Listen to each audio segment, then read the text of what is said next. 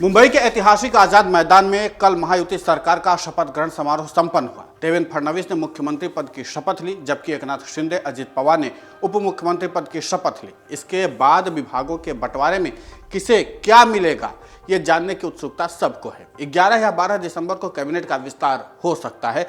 इसका फोकस इस बात पर है कि बीजेपी अपने सहयोगियों को कितना स्थान और सम्मान देगी। एकनाथ शिंदे की कैबिनेट में बीजेपी के 10 और शिवसेना और एनसीपी के 9 मंत्री थे। अब संभावना है कि नए मंत्रिमंडल में बीजेपी के 20 से 22 मंत्री होंगे। ऐसे में यह देखने की बात है कि शिवसेना और एनसीपी को कितने मंत्री पद मिलेंगे। मुख्यमंत्री पद से हटने के बाद उप मुख्यमंत्री का पद संभालने वाले एकनाथ शिंदे गृह मंत्री पद के लिए अड़े हुए हैं। हालांकि उनको ये विभाग मिलने की संभावना बहुत कम नजर आ रही। दरअसल जब शिंदे मुख्यमंत्री थे तब देवेंद्र फडणवीस उप मुख्यमंत्री थे। उस समय गृह मंत्री का पद फडणवीस ने अपने पास रखा था। अब जब फडणवीस मुख्यमंत्री बन गए हैं तो शिंदे गृह मंत्री का पद पाने की उम्मीद कर रहे हैं। वहीं शिवसेना इस बात पर जोर दे रही है कि गृह मंत्री का पद हमें मिले।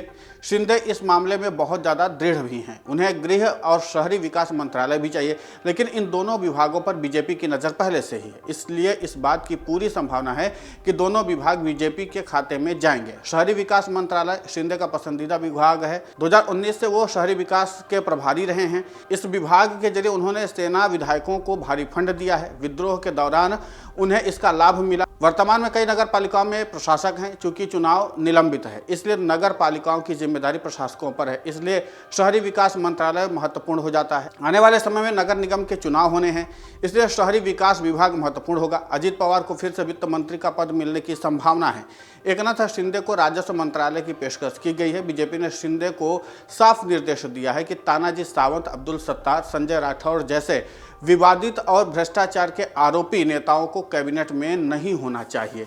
बीजेपी के इस वर्चस्ववादी रवैये से शिवसेना नाखुश है। हालांकि महाराष्ट्र के मुख्यमंत्री देवेंद्र फडणवीस लगातार राजनीतिक चर्चाओं और चल रही रस्साकसी की बातों को खारिज करते हुए हालात को सामान्य करने की कोशिश में जुटे हुए हैं और ये बताने की कोशिश कर रहे हैं कि अब महायुति में किसी भी बात को लेकर के कोई विवाद नहीं है, सब कुछ सामान्य है। लेकिन महाराष्ट्र के मुख्यमंत्री देवेंद्र फडणवीस ने अपनी सरकार की कार्यशैली और सहयोगियों के साथ रिश्तों पर भी खुलकर बातचीत कर चुके हैं। एक सवाल के जवाब में देवेंद्र फडणवीस ने कहा कि महाराष्ट्र में 3 दलों की सरकार होने के चलते हर मुद्दे पर चर्चा और सामूहिक निर्णय आवश्यक हो जाता है। महाराष्ट्र में सरकार गठन को लेकर के कोई देर नहीं की गई है। साथ ही एकनाथ शिंदे भी किसी बात को लेकर के नाराज नहीं थे। इस दौरान उन्होंने बताया कि एकनाथ शिंदे महाराष्ट्र के उप मुख्यमंत्री पद के लिए कैसे राजी हुए। देवेंद्र फडणवीस ने बताया कि महाराष्ट्र में विधानसभा चुनाव के परिणाम आने के बाद ही दिल्ली में पार्टी पदाधिकारियों की बैठक हुई। इसमें एकनाथ शिंदे जी ने यह मान लिया कि विधायक ज्यादा होने के चलते महाराष्ट्र में सीएम पद भाजपा को ही मिलना चाहिए। इस दौरान उनसे सवाल किया गया कि शिंदे के डिप्टी सीएम बनने पर असहमति की खबरें चल रही थी। इस पर देवेंद्र फडणवीस ने कहा कि अगर पार्टी का मुखिया ही सरकार के बाहर रहे तो पार्टी नहीं चल सकती। मैंने शिंदे जी को यही समझाया कि शिंदे जी भावुक स्वभाव के हैं, जबकि अजित दादा व्यवहारिक राजनीति करते हैं। मैंने दोनों से तालमेल बिठा लिया है।